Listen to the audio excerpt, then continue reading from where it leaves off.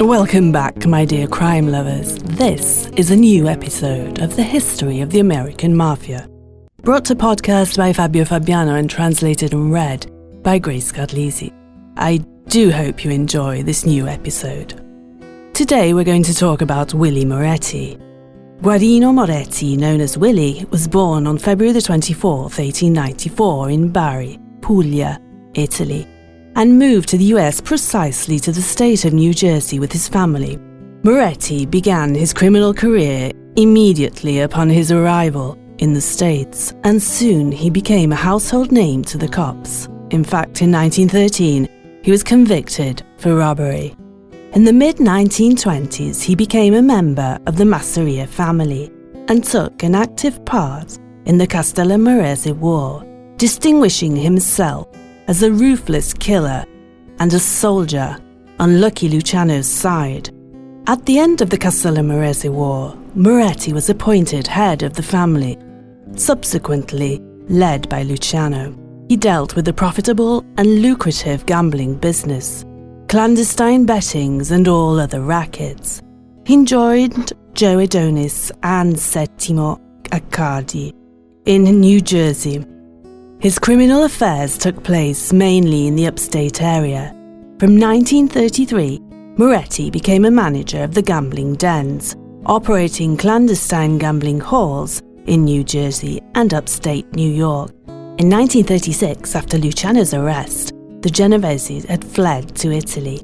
Frank Costello was appointed regent of the family by order of Luciano himself, and Moretti was appointed his deputy. Moretti was a great friend of Joe Bonanno, and he personally went to Florida to pick him up on his clandestine arrival in the USA.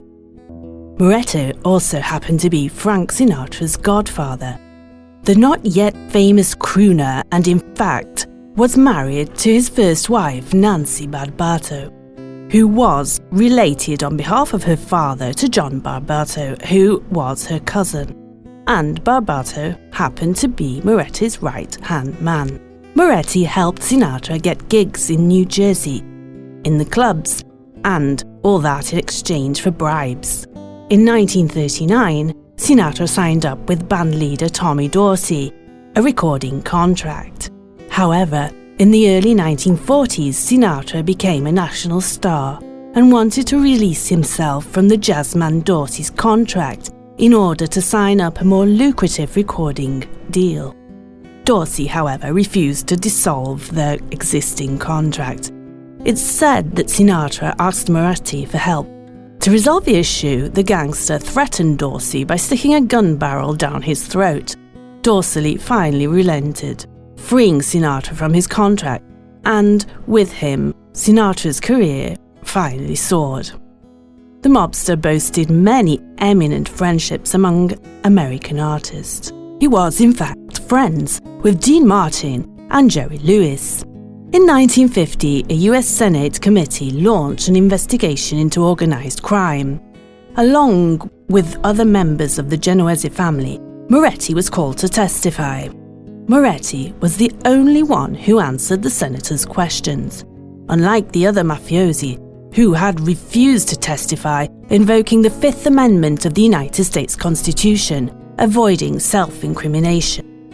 Moretti, on the other hand, was very talkative, telling jokes and at times making admissions. When asked how long he had been in the mafia, he declared, "What is that supposed to mean?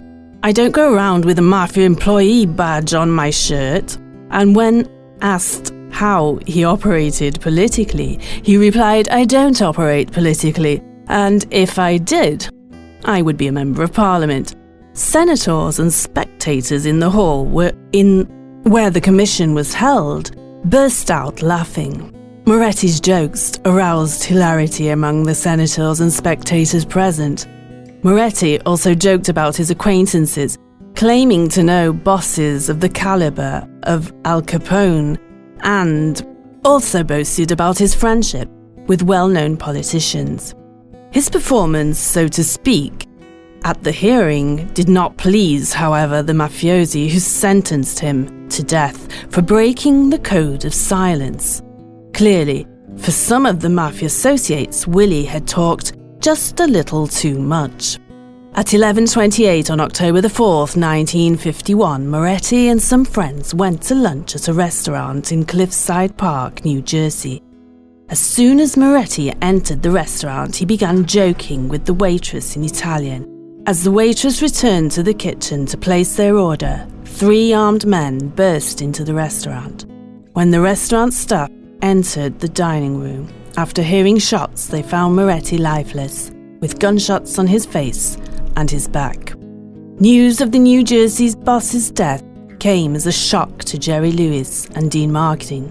The 2 famous actors, in fact, were supposed to have lunch with him just the following day. The assassins were 3 men sent by Vito Genovese, Joe Valecki, and the first major American mafia repentant who took the plunge and collaborated with the American authorities. He declared that Vito Genovese told him that Moretti had gone mad and that they would kill him as an act of mercy.